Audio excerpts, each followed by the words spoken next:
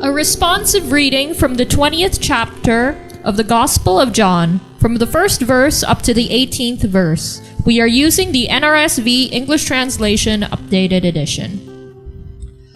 Early on the first day of the week, while it was still dark, Mary Magdalene came to the tomb and saw that the stone had been removed from the tomb. So she ran and went to Simon Peter and the other disciple, the one whom Jesus loved, and said to them, "They have taken the Lord out of the tomb, and we do not know where they have laid him." Then Peter and the other disciple set out and went towards the tomb. The two of them were running together, but the other disciple outran Peter and reached the tomb first. He bent down to look in and saw that the linen wrappings lying there, but he did not go in. Then Simon Peter came following him and went into the tomb. He saw the linen wrappings lying there, and the cloth that had been on Jesus' head, not lying with the linen wrappings, but rolled up in place by itself. Then the other disciple, who had reached the tomb first, also went in, and he saw and believed, for as yet they did not understand the scripture, that he must rise from the dead. Then the disciples returned to their homes. But Mary stood weeping outside the tomb. As she went, she bent over to look into the tomb, and she saw two angels in white sitting where the body of Jesus had been lying, one at the head and the other at the feet.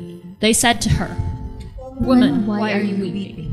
She said to them, "They have taken away my Lord, and I do not know where they have laid him." When she had said this, she turned around and saw Jesus standing there, but she did not know that it was Jesus. Jesus said to her, "Woman, why are you weeping? Whom are you looking for?" Supposing him to be the gardener, she said to him, "Sir, if you have carried him away, tell me where you have laid him, and I will take him away." Jesus said to her, "Mary." She turned and said to him in Hebrew, "Rabboni." Jesus said to her, "Do not touch me, because I have not yet ascended to the Father. But go to my brothers and say to them, I am ascending to my Father and your Father, to my God and your God." Mary Magdalene went and announced to the disciples, "I have seen the Lord." The Gospel for our salvation. Hallelujah. Amen. Sa mapagpalang hapon po sa inyo. Ayan. Yung pulpito po lagi ang una kong tinitingnan kapag pupunta sa ibang simba. Kasya kaya ako doon. Makikita kaya ako doon. Ayan. Finally, hindi na lang ako nakikinood sa inyong live. Ayan, nandito na rin ako sa inyong harapan. At tuwing busy ang buong isang linggo at hindi makauwi sa bahay sa hapon ng linggo, nanonood po ako ng live ninyo. Parang nasa bahay na rin, yung pakiramdam na nasa isang tahanan rin. Tayo po ay manalangin para po sa ating pagbubulay ng mensahe ng ating Panginoon. Salamat po, dakilang Diyos, sa pagkakataon na ito na kami ay pare-parehong magbubulay, makikinig ng inyong mensahe. Dalangin namin, Panginoon, ang inyong abang lingkod na naway gamiting instrumento sa paghahatid ng inyong mabuting balita sa bawat isa. Sa pangalan ni Jesus, Amen.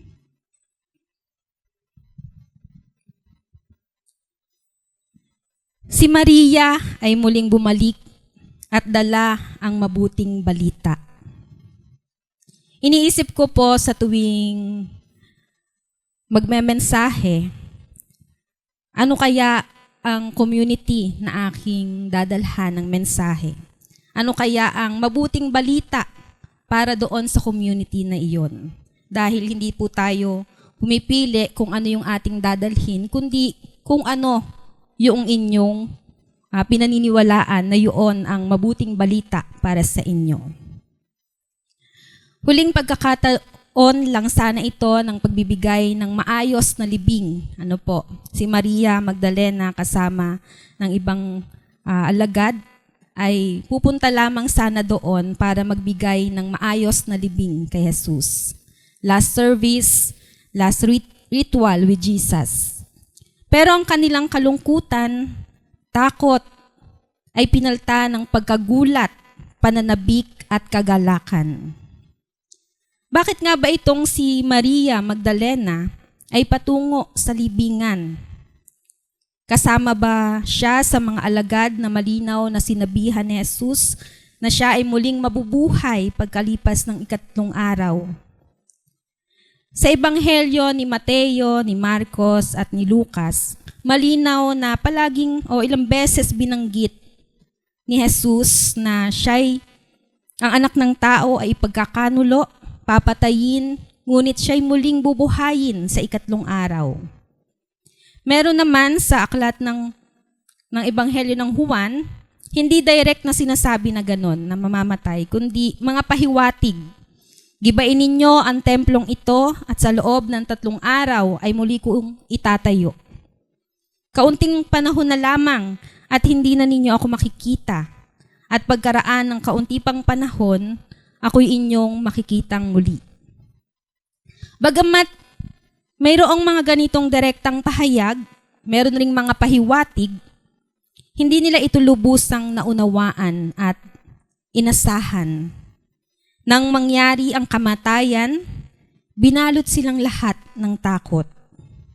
Wala pong naitalang nagpakita ng kanilang pag-asa na hindi, sinabi ni Jesus, mabubuhay siya. Wala pong ganoon. Lahat sila natakot, lahat sila nagtago. Pero itong si Maria, sa huling pagkakataon, ay gumawa ng paraan para ipaglingkod kay Jesus sa kanyang katawan na nakahandusay. Naniwala na lamang sila nung si Jesus ay narinig, nakita at muling nakasalo nila sa pagkain. Ang dahilan ng pagpunta nila sa libingan ay hindi para tingnan kung si Jesus ay nabuhay, kundi para pahiran ng langis o ng pabango ang katawan niya sa libingan. Dahil siya ay namatay ng Biyernes, Sabado ang kasunod, Sabat, bawal gumawa. Nagmamadali silang lahat sa dapat nilang mga tapusin noong Biyernes na iyon. Kung kaya yung Biyernes nang mamatay si Jesus ay dali-dali lang rin yung pagbabalot sa kanya at pagpapahid ng pabango o na mapreserba ang kanyang katawan. Kaya itong si Maria, Linggo ng umaga, inipon nila ang kanilang mga pabango at nagtungo sa libingan upang iayos ang katawan ni Jesus. Gusto nilang ayusin ito para sa huling pagkakataon ng kanilang paglilingkod. Sa kabilang banda, ganun po yung nangyayari at iniisip ni Maria at ng ibang alagad na babae. Sa kabilang banda, ang balita na mabubuhay si Jesus ay nakarating sa mga pinunong pari. Kaya't hiniling nila sa mga Romano na isild ang libingan. Harangan, isild ito, isang malaking bato ang inilagay sa ibabaw ng bukana ng libingan na may lubid at wax. Para lalong masild, nilagyan pa ng lubid, nilagyan pa ng wax upang takpan ang mga bitak, hindi madaling mabuksan. Sa tapat ng libingan ay may Roman seal na itinali sa bato. Kung susubukan ng sino man na igulong ang bato na iyon at masira ang seryo, maaari silang patayin. Hindi na umabot sa ganoong tagpo si Maria. Hindi na nila nakita yung ganoon. Dahil naigulong na ang bato nang sila ay makarating doon. Hindi na umabot sa siguro tatangkain itong mga talagang buksan kasi hindi sila kampante doon sa hindi maayos yung ritual na nagawa sa katawan ni Jesus. Pero hindi na sila umabot sa ganoon. Yung ganito pong pagharang o panggigipit, pagkontrol sa katawan ni Jesus ay hindi na bago sa gawain ng mga political and religious leaders. Isa lang ito sa kanilang pagharang at pagkontrol. Sa lahat ng aspeto sa buhay, kontrol nila at sila ang may access sa lahat ng bagay. Yun po ang katotohanan. Kontrol nila ang access sa pera, sa kaayusan, sa mga ritual at kung sino ang may kapangyarihang magpasya. Kontrol ng political and religious leaders noon sa paanong paraan? Sa pamamagitan ng buwis, sa pamamagitan ng templo, ng simbahan, ginagamit, sa pamamagitan ng batas at pakipag-ugnayan sa isa't isa. Sila ang nagtatakda kung sino ang matuwid at kung sino ang makasalanan. Sila rin ang nagtatakda kung sino ang karapat-dapat at kung sino ang mga hamak. Mababasa natin ito na namayagpag ang injustices sa ganoong pamamalakad, kaya maraming naging alipin, naghirap at abang-aba ang buhay. Kabaligtaran ng gawain ni Jesus. Kung ang access sa lahat ng bagay ay hinaharangan ng political religious leaders, ito namang si Jesus, ang kanyang ministeryo, ibinubukas naman niya ang lahat sa mga tao. Access sa kagalingan para sa mga may sakit, sa pagpapatawad, sa pagtanggap sa mga makasalanan, pagbibigay ng pag-asa sa mga mahirap, at itinakwil ng lipunan. Naroon din ang paghamon sa mga pagpapaimbabaw ng mga nasa kapangyarihan. Kaya naman masasabi natin na ang buhay, ministeryo at muling pagkabuhay ni Jesus ay pagbibigay access sa kaganapan ng buhay. Ano po? Pagka inalala natin ang resurrection, nangangahulugan na ito na meron na tayong access sa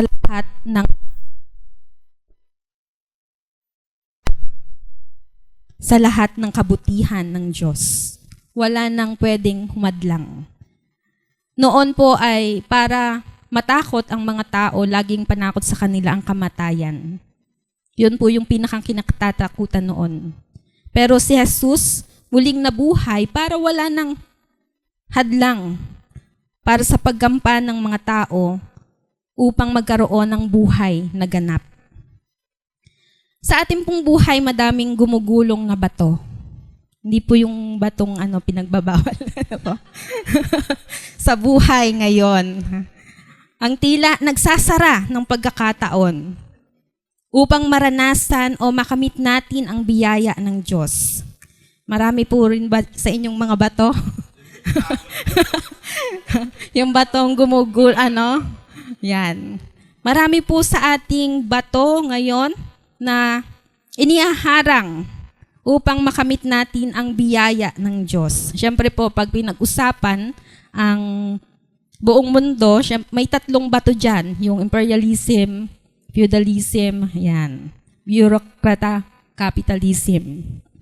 At madalas, ang gawain, ministeryo at ng mga taong sumusunod kay Jesus ay pinipigilan sa maraming pagkakataon. Kuminsan pa nga'y humahantong din sa kamatayan. Natila si Jesus ay paulit-ulit na nakukulong. Hindi makalabas o kaya'y sinasaraduhan ang mga pagkakataon na malapitan siya. Ganito mismo ang buhay natin ngayon sa buong mundo. Kaya naman nitong makaahon sa hirap talaga kung tutuusin po, napakayaman natin. Napakadami nating resources. Pero dahil nakaharang ang mga bato, pare-parehong wala tayong magawa at hindi natin makamit yung access sa biyaya ng ating Panginoon. Sa buhay po ng bawat isa na narito, lalo na po ang community ng LGBTQ, alam ko pong danas nyo rin ang maraming bato sa inyong buhay. Ang daming access denied. Bawal ka dyan dahil ganito. Hindi mo dapat ginagawa yan. Hindi kayo kasali. Ang daming inihaharang sa buhay natin bilang kabilang sa community na ito. Pero patuloy pa rin pinapaalala ng ating Panginoon na ang access ay binigay niya. Walang nakaharang sa ating Panginoon para tayo ay dumiretso sa Kanya, manalangin sa Kanya, maniwala sa Kanya. Lalong-lalo na po ang pagtatayo ng isang simbahan. Marami ang magsasabi na hindi nyo dapat ginagawa yan.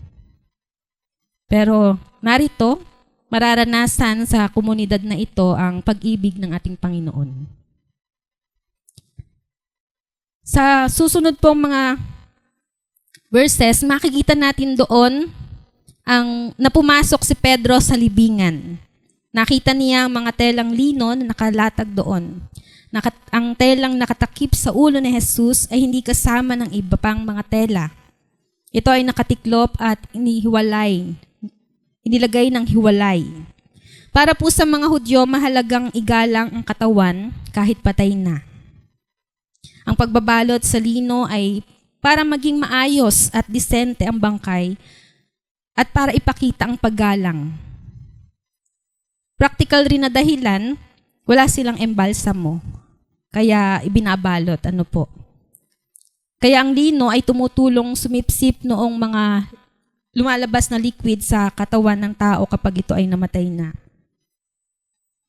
At ang ritual na ito ay tinatawag na kaganapan ng pagiging patay. Kapag ibinalot ka na sa kayong lino, ganap na ang iyong kamatayan. Kung ang katawan ni Jesus ay ninakaw na unang inakala ni Maria, walang dahilan para tanggalin ang mga lino. Sino po kayang magnanakaw?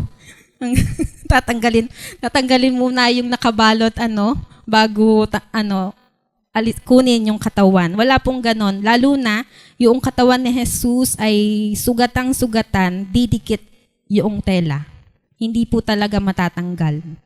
Kaya pinapakita po ng telang iyon na talagang humiwalay ito sa katawan ni Jesus dahil nabuhay yung katawan. Humiwalay dahil nabuhay talaga si Jesus. Nawala ang katawan hindi dahil ito ay kinuha, kundi dahil hindi na ito kailangang ibalot at panatilihing nakabalot. Siya ay nabuhay. Ito po ang isa sa ebidensya na nabuhay muli si Jesus, simpleng tela at panyong ginamit sa paglilibing sa Kanya na maayos na nakatupi. Ebidensya na siya ay buhay, hindi na nangangailangan ng tela. Ebidensya na siya ay bumangon.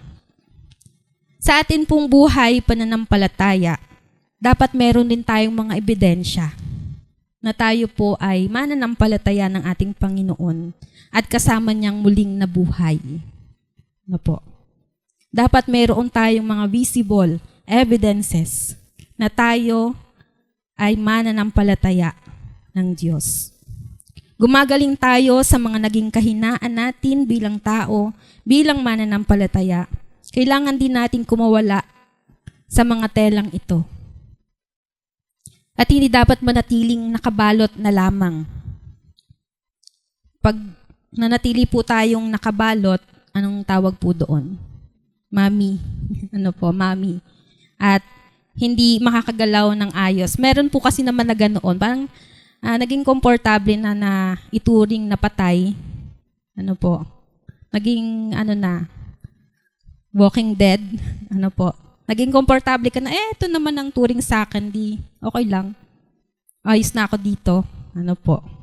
Masyado nang naging komportable sa hindi tamang pakikitungo. Marami rin po tayong telang lino sa ating buhay. Bumabalot sa atin upang ipakita na tayo ay patay. Pero narito at sinasabi sa atin ng Panginoon, kayang mapagtagumpayan ang kamatayan.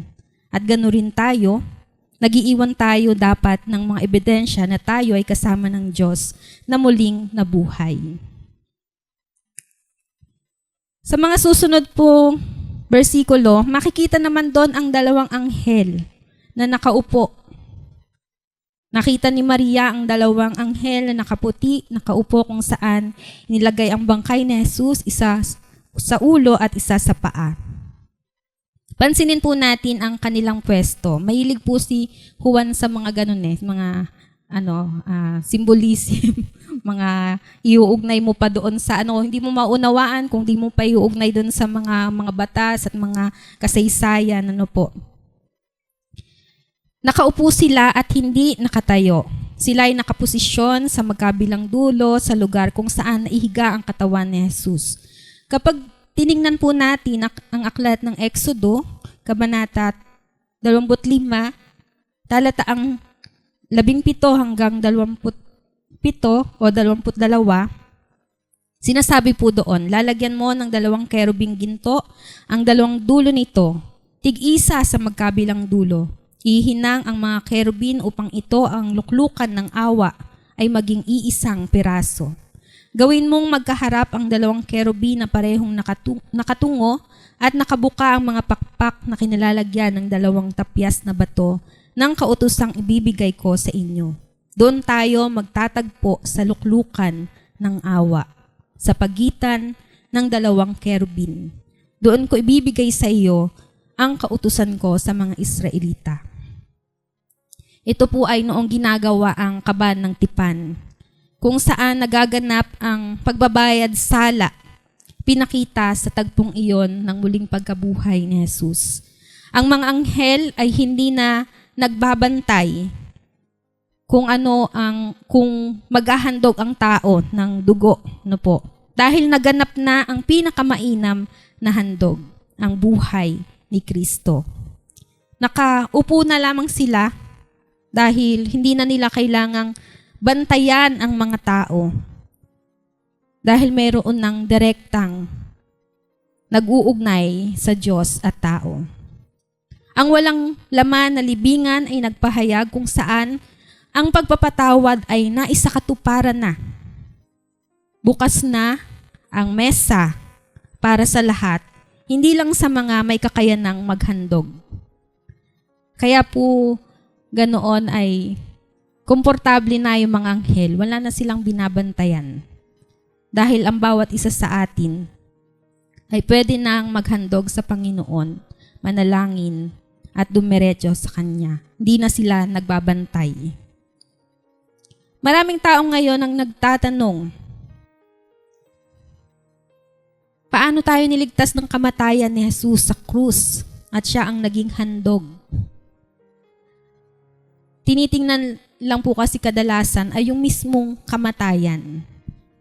Ang titingnan po natin bilang mananampalataya ay magsisimula sa kanyang kapanganakan, sa kanyang ministeryo, sa kanyang kamatayan, at sa kanyang muling pagkabuhay. Yung 4 na series na yon, hindi lamang doon sa kamatayan.